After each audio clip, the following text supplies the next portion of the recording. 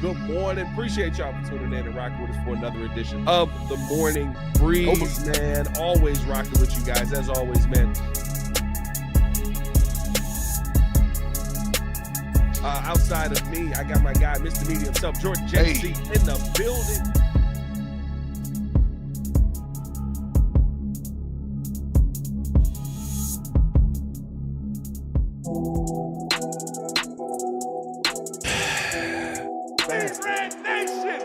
Here we go. Let's do it. Chicago sports. That was about as ugly as it could possibly get. Got to talk about how terrible of a game the Chicago Bears played all the way around. Also got to talk about something that has really been irritating me for a while. And when I brought it up heading into the season, people were like, Pat, we don't need this kind of negative energy heading into the season.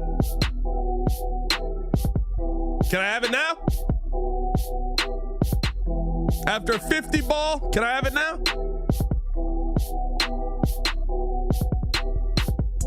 But I don't want it to all seem all gloom and doom. There weren't many. But I do have to talk about a couple of bright spots that I saw in today's game, or yesterday's game, I should say. Ladies and gentlemen, the date is 7:05 in the morning. It's 9/15, 2025. And we trash. I mean bad. That was shocking.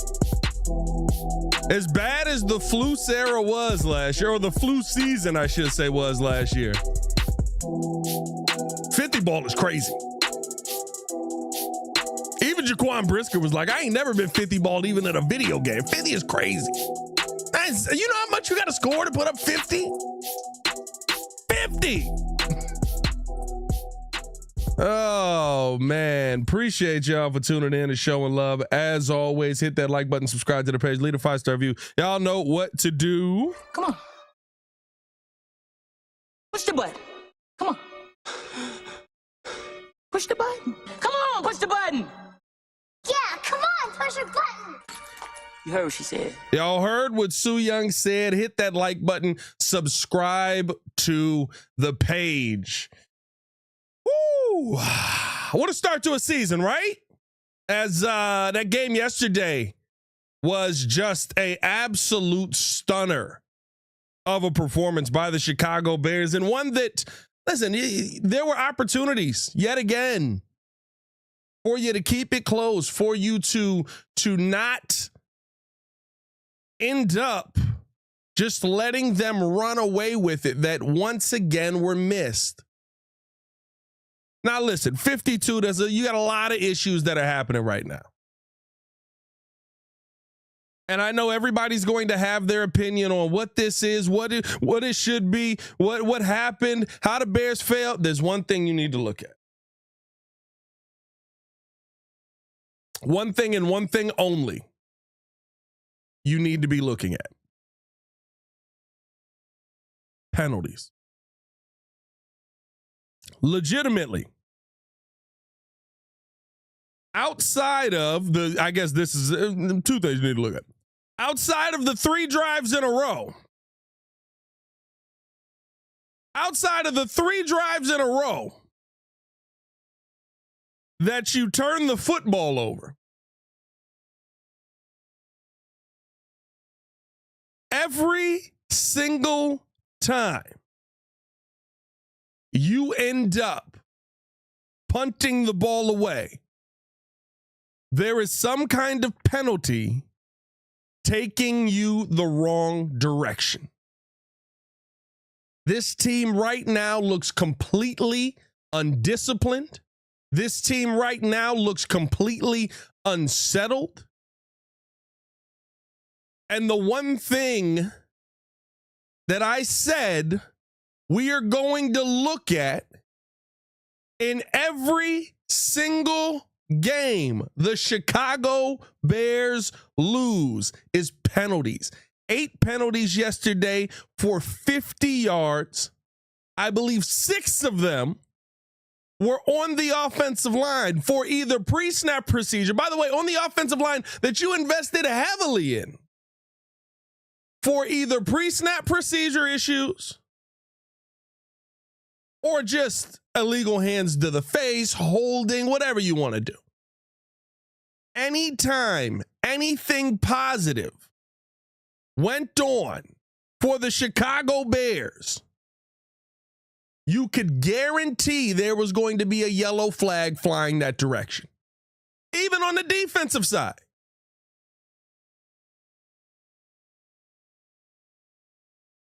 Say, Dr. Pops, I did think about that. That's one of my positives. It is down. In theory, it is an improvement from the 12 for 127 yards that you gave up the week before.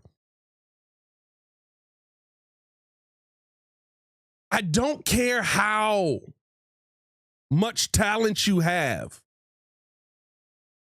You will not overcome undisciplined football. And the Bears have talent. This is not a talent issue. This is a discipline issue from veteran players. It's not even from the rookies. And we'll get to that.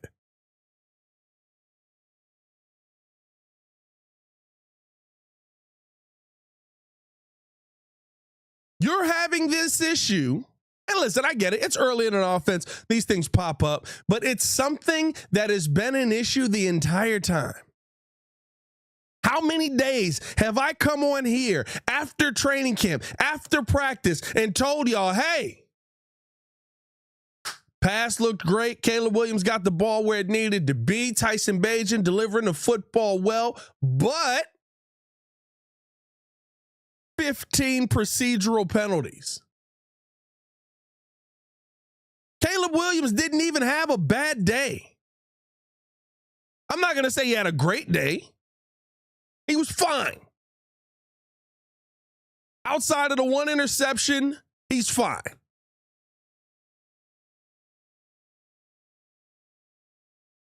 But it doesn't matter if you're fine when you're having a 2nd and 25. When you're having a 3rd and 32.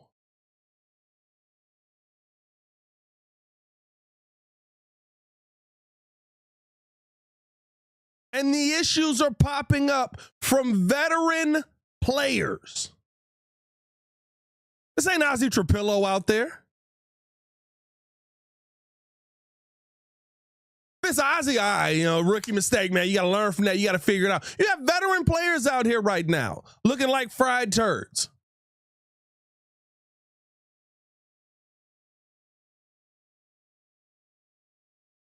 Offensively, you will never find a way to win with that many penalties. And looking at the defensive side.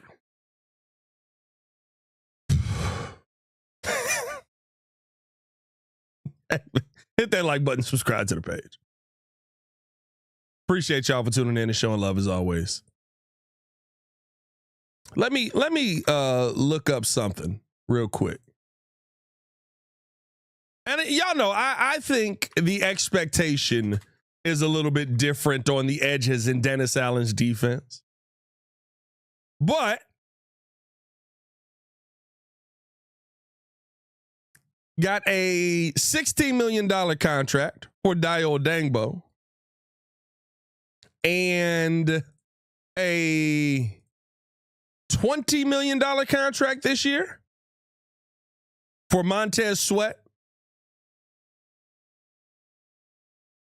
with the potential out in 2026. Hey, guess what we're probably using if you keep playing like this? $36 million, and you can't find your way in the backfield. Now, again, I continue to say, I think that what Dennis Allen is expecting of his edges is for them to set the edge, make sure that the run game doesn't get away, and that you're getting that pressure from the interior and let the sacks come to you, right? I don't think that the goal is for you to, go all out and try and get to the quarterback no matter what. That does play into this. But between the two of them on the season right now, let's see, Montez Sweat, I do not believe has a sack, even though he would have had a sack if not for a penalty. But on the season right now, Montez Sweat, 5 solo tackles, no sacks.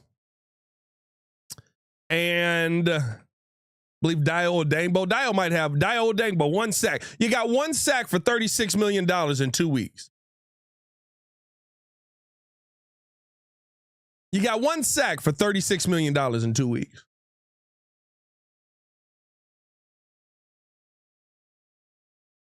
And Grady Jarrett already out there playing banged up.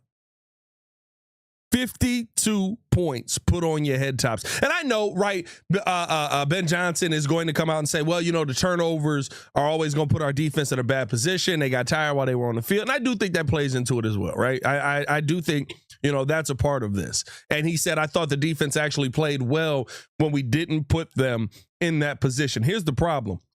In the second half of this game, there was only 1 turnover. You had a turnover on downs. In the second half of this game, here's how scoring went. Field goal, touchdown, touchdown, touchdown, punt.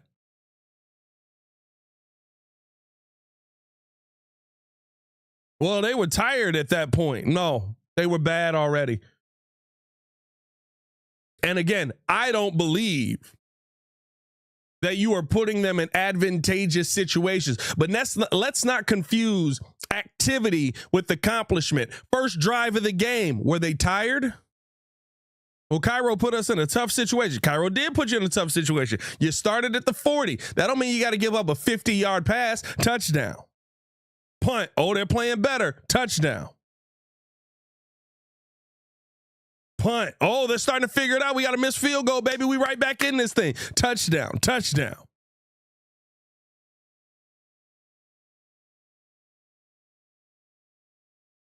If I'm not giving excuses to the offense, I'm definitely not giving excuses to the defense. This offense is too penalized and is putting them behind the 8 ball, and this defense isn't impacting enough on a play-in and play-out basis to go out there and help the offense out right now.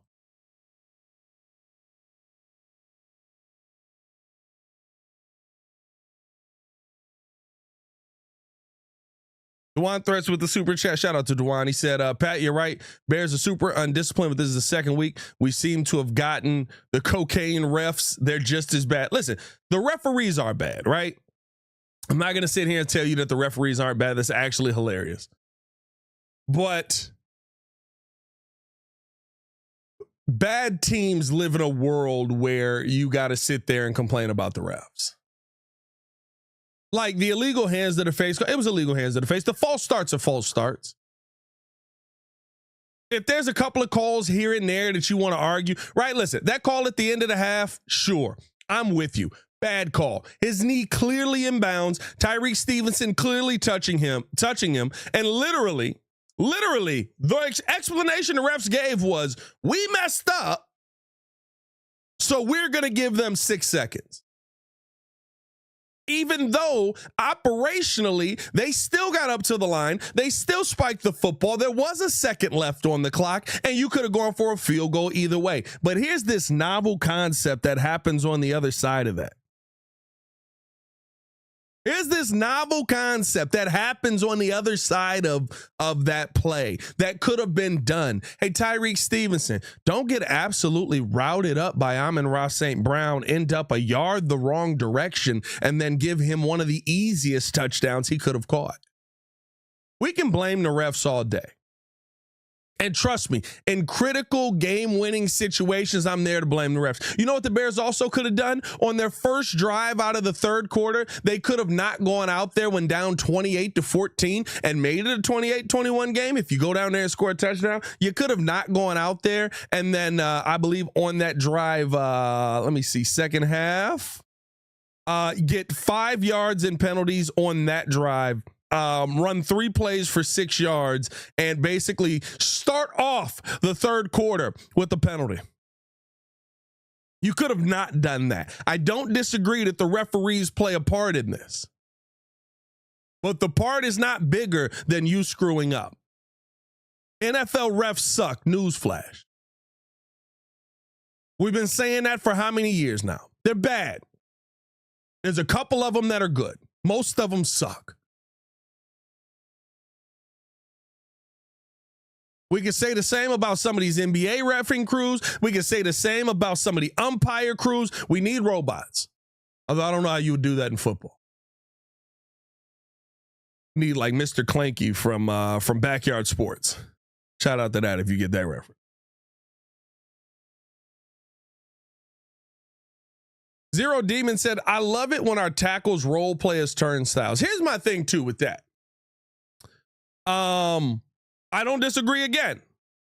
I think that Braxton Jones is, listen, for everything that you did in week 1 when he had Aiden Hutchinson going up against him and he basically bull rushed right through him, he was moving Caleb Williams out the way. I think that Darnell Wright, I got some serious questions on.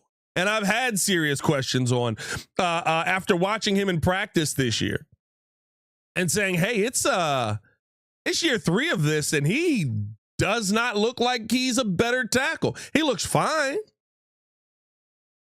He does not look like all-pro Darnell Wright.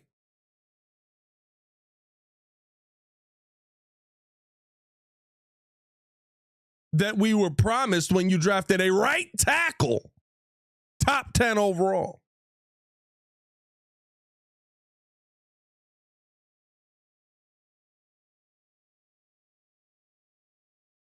But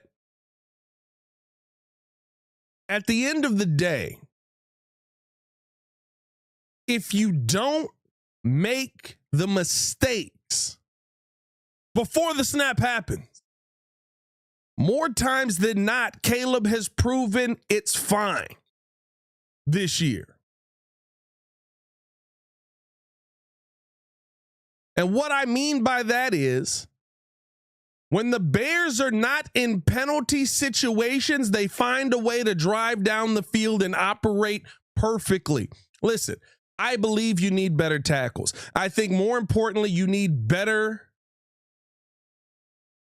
play up the middle. I think more importantly, you need better play up the middle.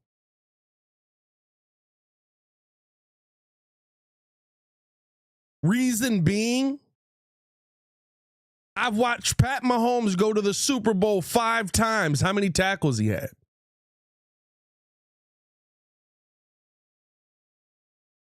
Reason being, I watched Joe Burrow, who's out for a few weeks here or a few months here now, with turf toe, go to the Super Bowl. How many tackles he have?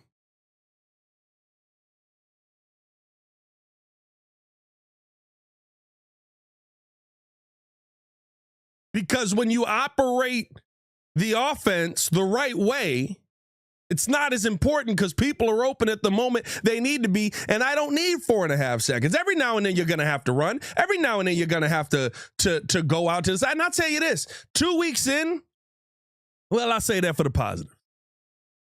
I say that for the positive. You know what I mean? Let me. I'm getting a little too far ahead of myself. Because that is a positive for me.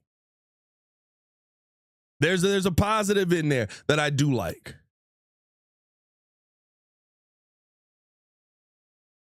But man, the Bears continue to over and over and over again be the only reason that the Bears go out there and look like this. I can't sit there and tell you that Detroit had this stifling defense yesterday. When it was perfect, you were moving the football down the field. Discipline.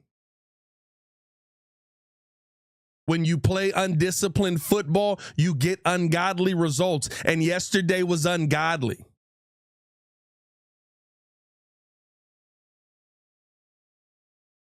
And I can't even stop at just the field, because we got to bring something up here that at this point is a serious conversation. I mean, like a serious conversation. And when I had it before the season, everybody was like, I don't want to hear about this, Pat. This makes no sense. Okay. Well, I'm going to have it now. Ryan Poles. What's up? Talk about that on the other side of the break. Hit that like button, subscribe to the page, leave a 5-star review. Y'all know what to do. 228 in the building. We are over 100 in our chat. Over 200 in our chat. 200. Good morning, Chicago. I'm here to vent right with you. 239 in the building. 53 likes on the video. Hit that like button, subscribe to the page, man. You're listening on the podcast side, leave a 5-star review. We'll be right back right after this. A word from our sponsor.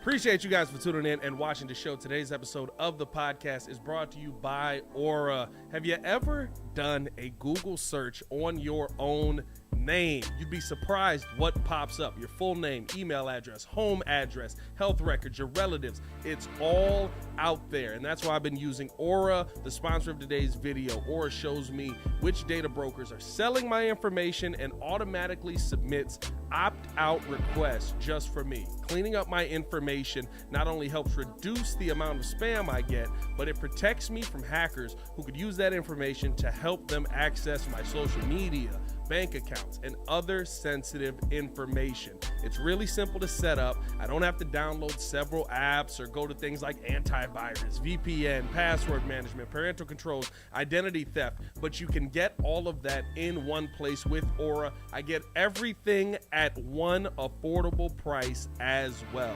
You may already have one or two of these tools, but not having Aura is like leaving the front door locked while leaving the back door and windows wide open. For you to be able to take advantage of Aura, we got a special deal for you here today. Stop data brokers from exposing your personal information. Go to my sponsor at https:/aura.com/the Windy City. Again, that is aura.com/the Windy City to get a 14-day free trial and see how much of your information is being sold.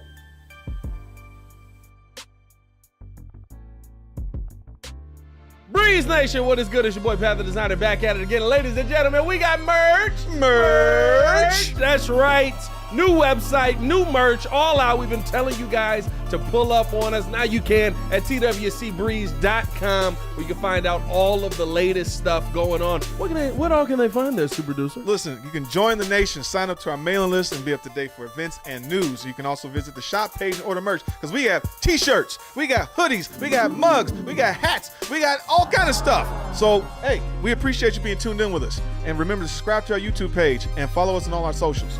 Check us out at twcbreeze.com. He's way too excited. I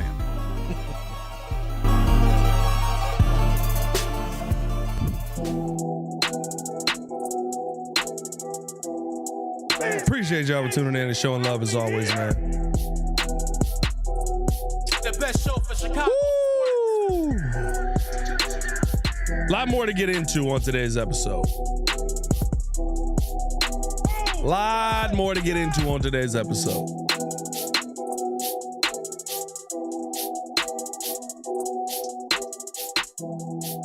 Because while we got a lot of issues with what we saw on the field yesterday, I have bigger issues with the fact that there are some people who were supposed to be relied on for this team moving forward that can't even see the field. Yesterday, heading into the game, You had 2 healthy scratches that are your second round picks. Ozzie Trapillo and Shamar Turner. Both healthy scratches yesterday. Because we didn't need any help on that defensive line, right? Your second round pick wide receiver getting 0 reception. Your 10th overall pick tight end getting 0 reception.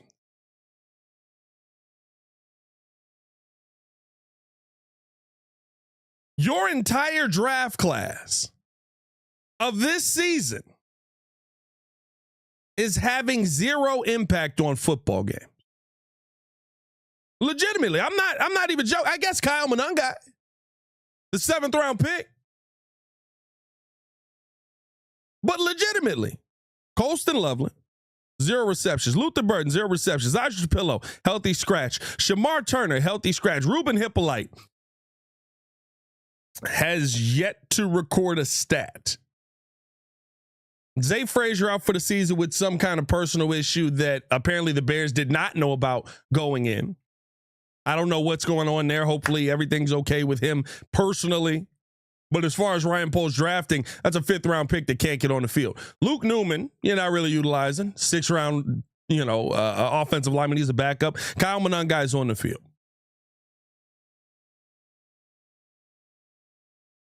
How is it even remotely possible? How is it even remotely possible that an entire draft class isn't making an impact? Because if I'm seeing that, that means that the guys ahead of them are so good that you can't find a way to get on the field because we just had a plethora of talent. Now, for Luther Burton, maybe you can say that. Rome Odunze had a massive day yesterday. DJ Moore kind of played that number 2 role. Maybe you can say that. But to me, I'm just seeing the theme continue. Because for the love of God, there also is the fact that your 3rd round pick from last year can't see the field.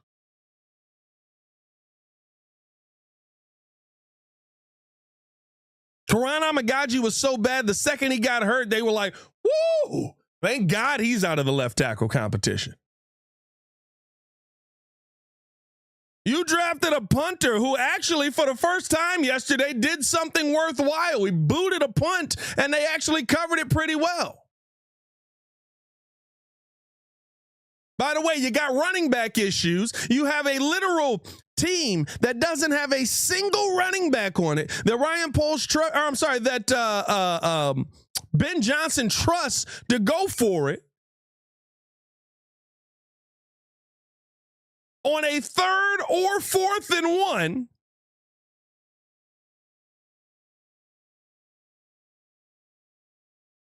And you took a punter before you took Bucky Irving. Austin Booker can't make an impact because he's banged up right now.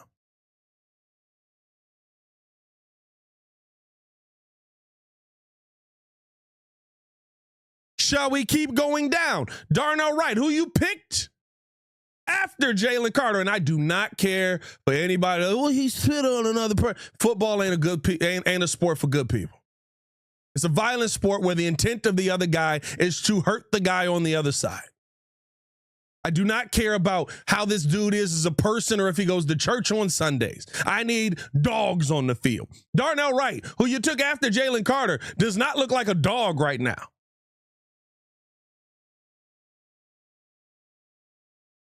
Jervon Dexter, 2nd round. I feel like Jervon has a step in him.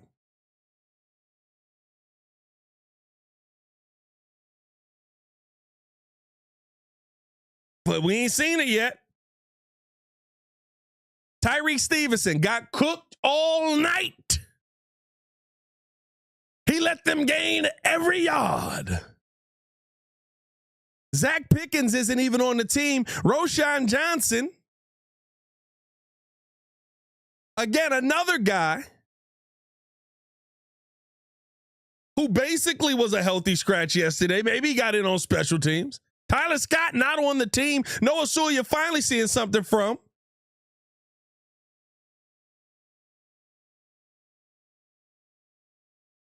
Year before that, Kyler Gordon banged up. Jaquan Brisker out there. He's Quan. We know what he is. Velus Jones gone.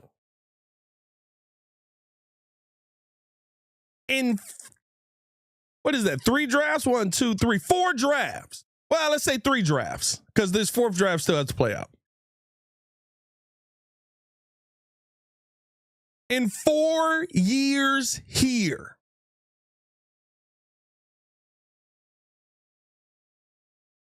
Phil Emery drafted 4 Pro Bowlers.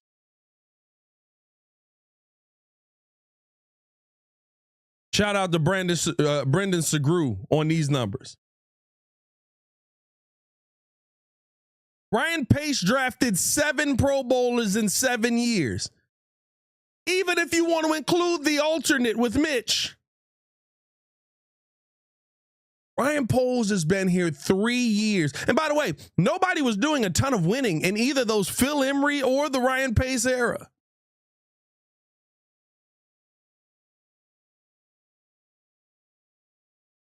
In 3 years, Ryan Poles hasn't drafted a single player that's at least considered for an alternate for a Pro Bowl.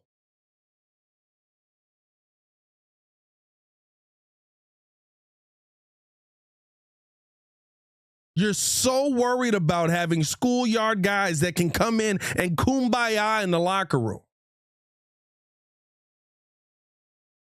that you're not worried about getting the best talent. By the way, some of these names on here, we were all surprised to hear called. Nobody was expecting Karan Amagaji out of Yale in the 3rd round when you knew you had tackle issues.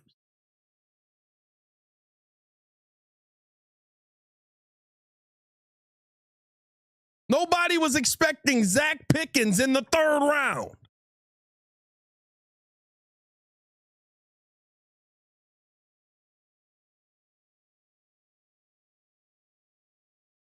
You've got talent on this team. Don't get me wrong. This is still a talented team. But in the long run, it is very difficult to win when you're missing in the draft this much.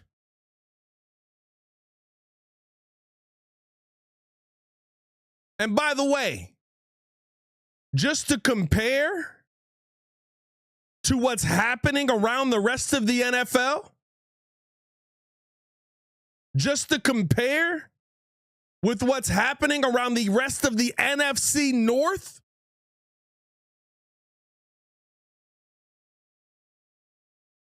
the Packers have gone out and found rookies that have made impacts in their first year. The Vikings have gone out and found rookies that have made massive impacts in their first year and continue to make impacts. The Lions have gone out and found 5th-round rookies who have turned into one of the best wide receivers in the NFL.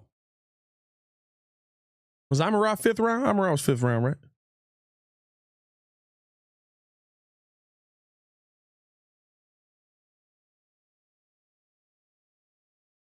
Fourth round.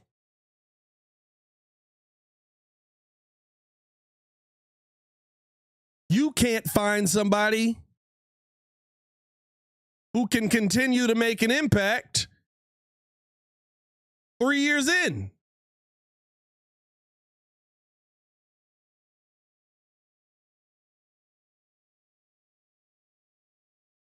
The signings and stuff like that, like I get the fury with the Montez Sweat money, the Dio Dabo. I get it.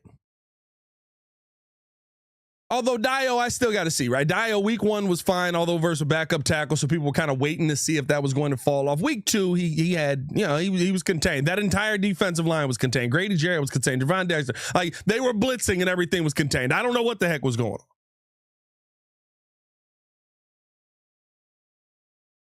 But right now, out of that list. By the way, you also have to take into account the people that you let get away by drafting some of these names. Ryan Poles lives in this world where he wants to go for the 2-for-1, but the 2 is not worth more than the 1.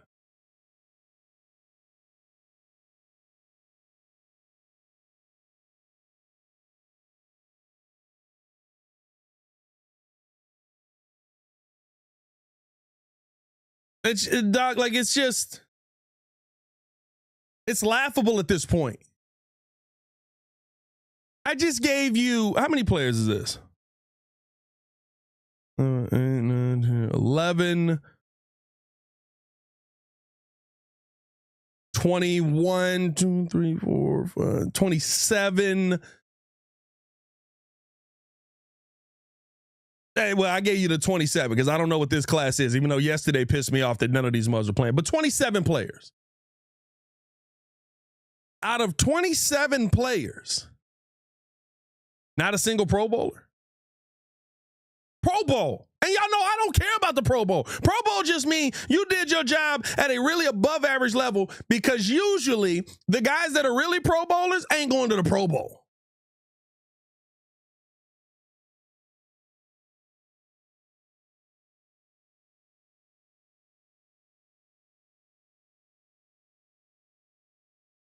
That's just bad, dog. And it's not even like, see, here's my problem with it at its highest. The conversation right now is it could be. The one pick I'll say, and we'll get to the positives here in a second. Hit that like button, subscribe to the page. The one pick I'll say, or I guess two, where I'm feeling okay on right now is the Rome Odunze and Caleb Williams combination looked phenomenal yesterday.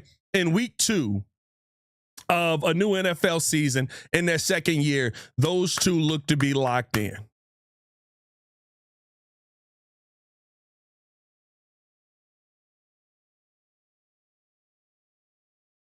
But out of all of those names I just gave, Torrey Taylor can't make the Pro Bowl as a punter. All you got to do is punt.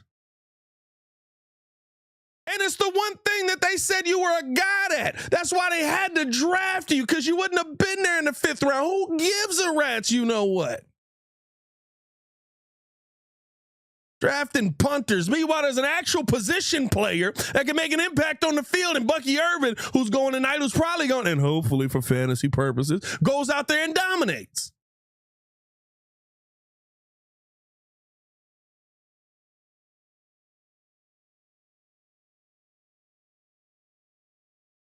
But the biggest issue you have,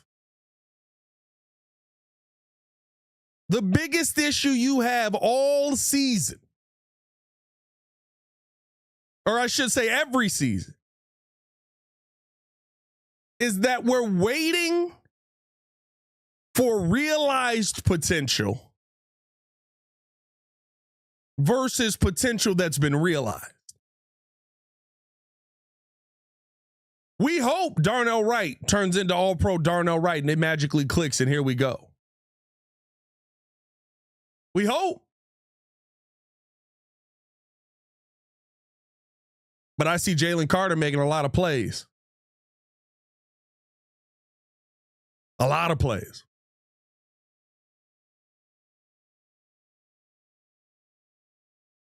We hope this trend of Rome Odunze and Caleb Williams continues. But while we just spent $16 million on Dio Adangbo and can't get any pressure, I'm watching Jared Verse win Defensive Rookie of the Year and dominate. And I ain't even looked at some of the rookies for this year. Let's see. Anybody dominating this year? Nah, not really. Not yet. Some of the defensive names I was going to see if anybody. I was going to see if Mike Green was making an impact. He got no sacks. He's done nothing as of yet. He's got 3 total tackles, 1 solo tackle, 2 assists. Yeah, that's not. So we'll see. The problem isn't just the names you picked, it's the names that you've let go. Oh, what the draft is a crapshoot. It shouldn't be for your GM. The research should be so locked in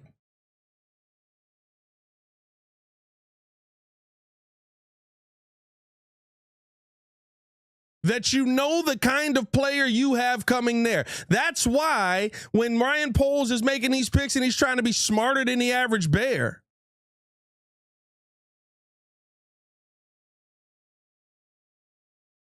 we're sitting here going, well, we'll see. Versus, I know that guy's going to be pretty good. No one is shocked at any of these picks that have gone out there and dominated. I'm not shocked that Jalen Carter's talented. I'm not shocked that Jared Verse is a dog.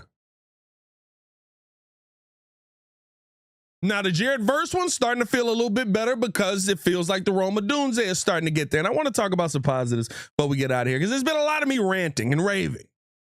I want to talk about some positives before we get up out of here. Appreciate y'all for tuning in and showing love. Hit that like button, subscribe to the page, leave a 5-star review. Y'all know what to do. And I know you're going to be like, Pat, where are you seeing positives at? They're there. They're there. You just got to squint real hard and sometimes turn your head a little bit sideways. We are, by the way, over 300 in the chat. 300. Dennis, the Chicago kid with the super chat, shout out to you. He said, Poles handed out big contracts to players who only proved it 1 year. Guys for Fluce's scheme, but missed in free agency and draft. It's a mixed bag. Yeah, listen. But again, the free agency stuff, you overcome rough free agency signings when you draft well. You can go, spent that money. I missed on that. Because here's the thing. Montez Sweat, as much as we want to complain about Montez Sweat and how bad he is, you have an out in 2026 if he plays poorly this year. And the dead cap on that is $8 million. Right? That's the thing about NFL contracts. You can structure them where you can get out of money easily. Ben Johnson is not going to have a tough time. Right? He's not going to have a tough time going out there and saying, I don't want him, get him out of here. You can get rid of Cole Kmet next year if you want to when you draft the coach. Like, there's a bunch of these big contracts that have been given out that the Bears can get out from under.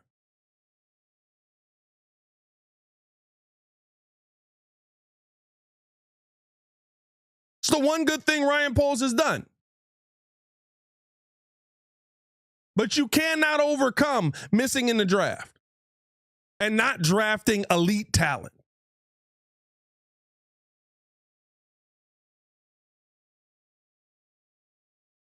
Hit that like button, subscribe to the page, leave a 5-star review. Y'all know what to do. 366 in the building, 82 likes on the video. Drew said, are we wasting the Carolina Hall with the super chat?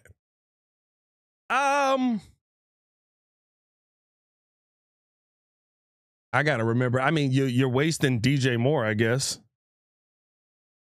Who all came from that? Because at this point, it's all a blur right now. And it's early. Bears. Let's see. DJ Moore, Darnell Wright, Tyreek Stevenson, Caleb Williams, and Luther Burden. We'll see. I like the Luther Burden aspect of it. I think Luther has all the talent in the world. Tyreek Stevenson's the number 2. He is. Tyreek Stevenson's the number 2. He showed you that yesterday. Which is fine. You can have a long career as the second DB on an NFL squad. But you don't want to see him on Amon-Ra St. Brown.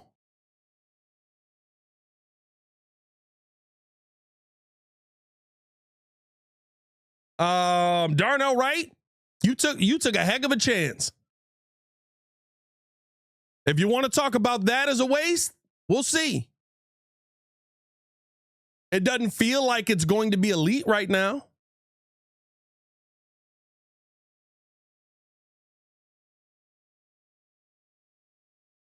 It doesn't feel like it's going to be this dominant player that you got right now.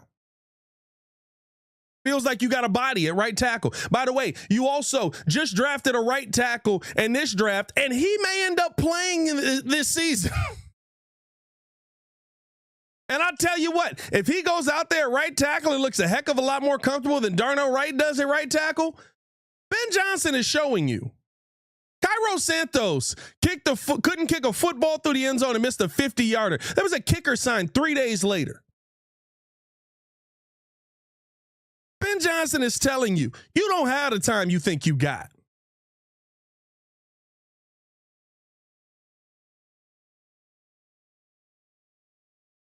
He's letting you know you don't have the time you think you got.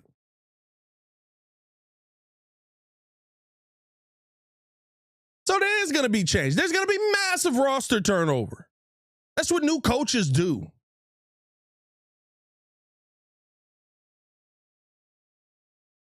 Let's finish it out with this. Because, again, like I said, Pat's been doing a lot of ranting today. 52 points, I think I deserve a little rant.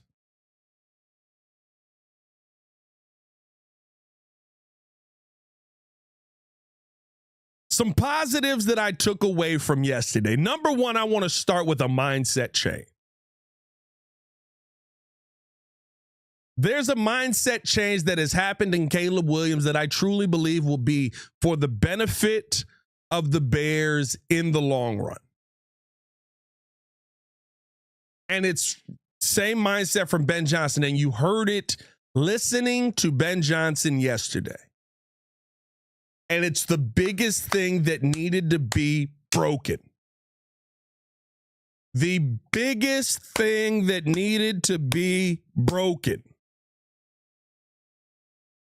He's not playing afraid to throw the football. Matt Eberflus had this 200 rule. The 200 rule. 2 touchdowns, no interceptions, no fumbles.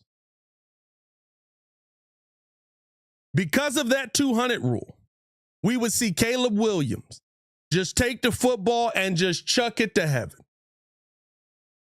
Say, hey, I don't want to throw that football anywhere near that. Nope, I'm out of here. Through the first 2 games of the season, in game 1, he struggled with it a little bit, and I think the mindset is still in there, and he's starting to break it. But game 2, I thought that you saw it a little bit more consistently when the offense was going forward and you weren't getting penalties that were setting you back.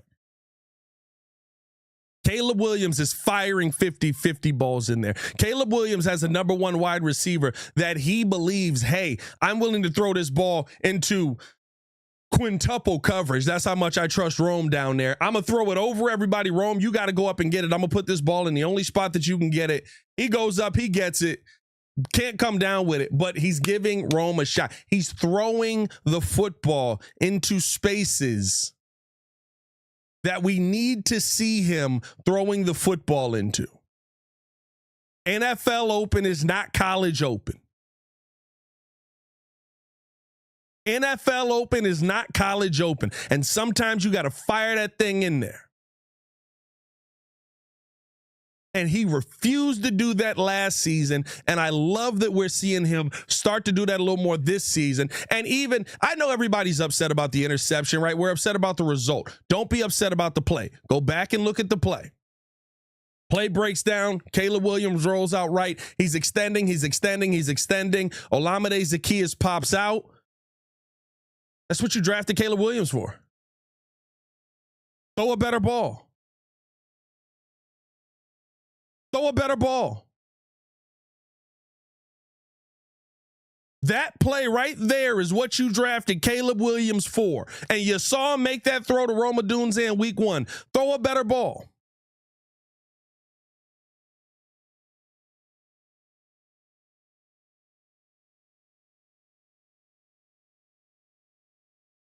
That's a pass when you have these issues. Unfortunately, right now, you can't miss. But outside of that,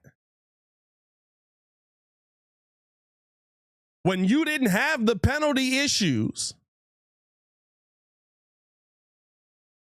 I thought you had a quarterback that was fine in there. Was he elite? No. Not sitting here telling you he was elite.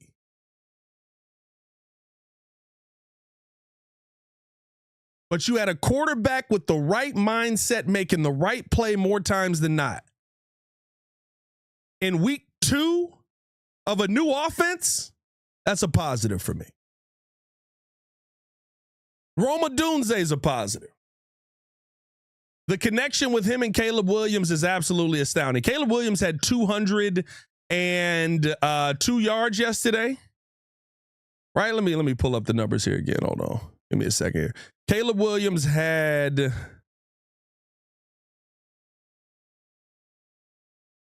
207 yards yesterday.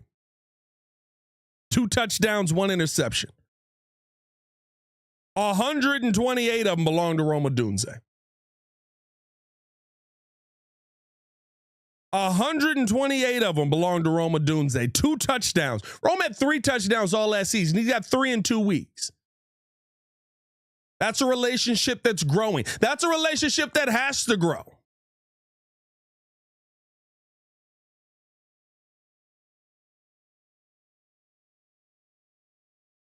And seeing that in this second week continue to get better and better and better. I like that. Oh, by the way, DJ Moore, 6 targets, 5 receptions. Move the ball forward. Like that. Need to see more. I'm not telling you it's great. I'm not telling you it's good. You put up 21 points. You lost 52-21. There were opportunities for you to score. You didn't do it. The offense as a whole has to get better.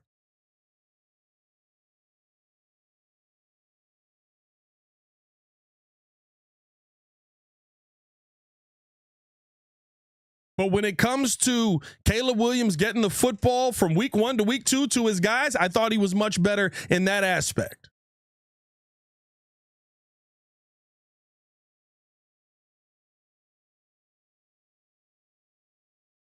Joseph with the super chat said Rome should have had 3 more catches, but on the right path. Sure. There's catches Rome should have had that he ended up missing. There's catches he should have had that he ended up missing.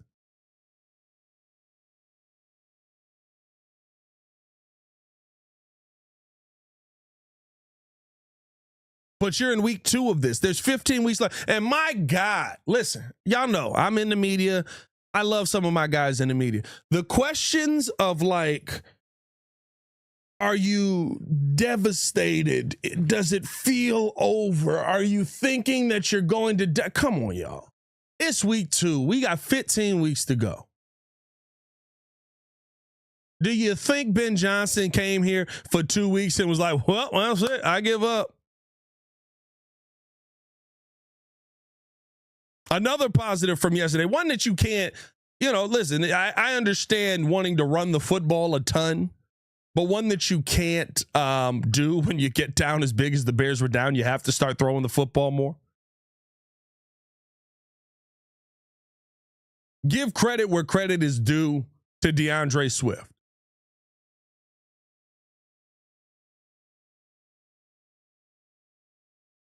Give credit where credit is due to DeAndre Swift. When we could run the football, DeAndre Swift, 12 carries, 63 yards with a 5.3 average, a tutty. In a game that turned into you can't run this football, I'll give you credit on that. DeAndre Swift has proven through 2 games to be better than in most of the games I saw him in last year, and it's just about how hard he's running.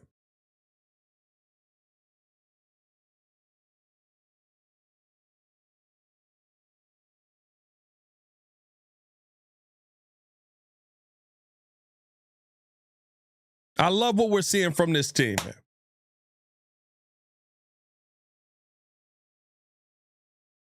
Growth. The big picture right now, that's all it's about, growth. That's it. You're 0-2 in the division. Playoffs is cooked. You're 0-2 in the division. Playoffs is cooked. No Bears team No Bears team has ever made the playoffs starting 0-2 in the division. So the focus is shifted for me. Playoffs is over. Now go find a way to win. Now it's truly about growth, development, and getting better.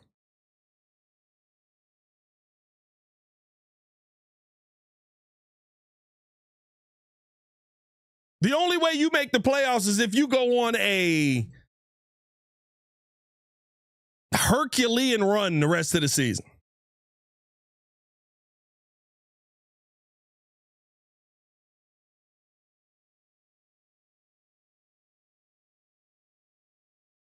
The only way you make the playoffs is if you sweep the rest of the division and go on a Herculean run. Nah, it's about development. Develop my quarterback, develop my receivers. I guess I love what I'm seeing from this team is not a good way to say it. It's not a good way to say it. But I love the development from week 1 to week 2, I guess, is the better way to say it.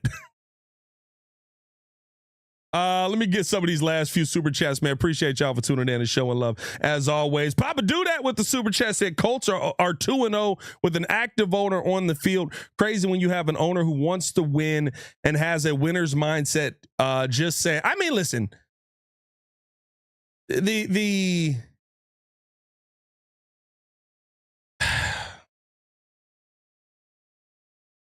Let's see how this plays out.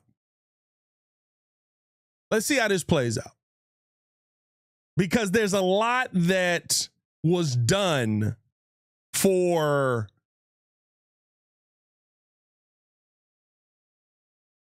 adding to this year's team that has yet to fully play out through 2 weeks.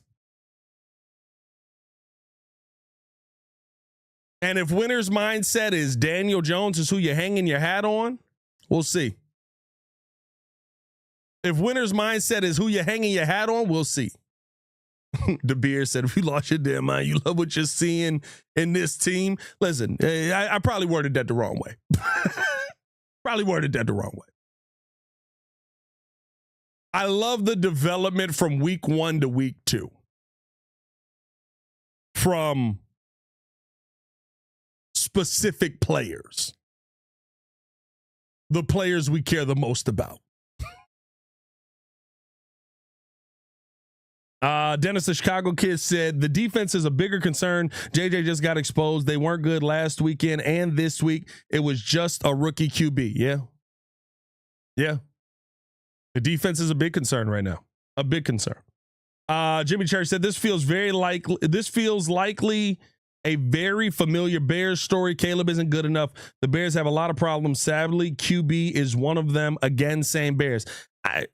If you left the last game and you felt like Caleb was the issue there, okay.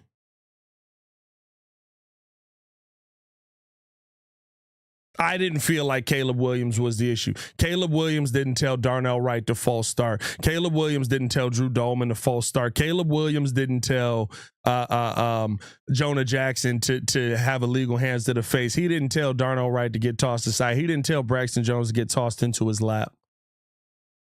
All of these things put you in negative field position pretty early on in drives. There is no team in the NFL that can overcome 2nd and 22, 3rd and 35s. And you've been in a lot of them this season. Bears are the 4th most penalized team in football right now.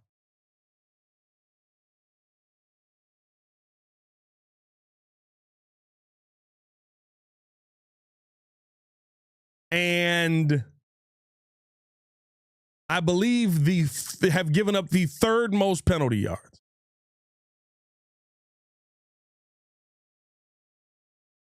That's the reality of your team. But hey, man, appreciate y'all for tuning in and showing love as always. Hit that like button, subscribe to the page, leave a 5-star review. Y'all know what to do. Of course, we'll keep it locked here with more content coming you guys' way. The best show for Chicago. Boy Pat the Designer back at it again, man. We're going through it again. But it felt like a step for some in the right direction. For Caleb, in the right direction. Y'all stay safe out there, Chicago. Bed down. One love. Peace.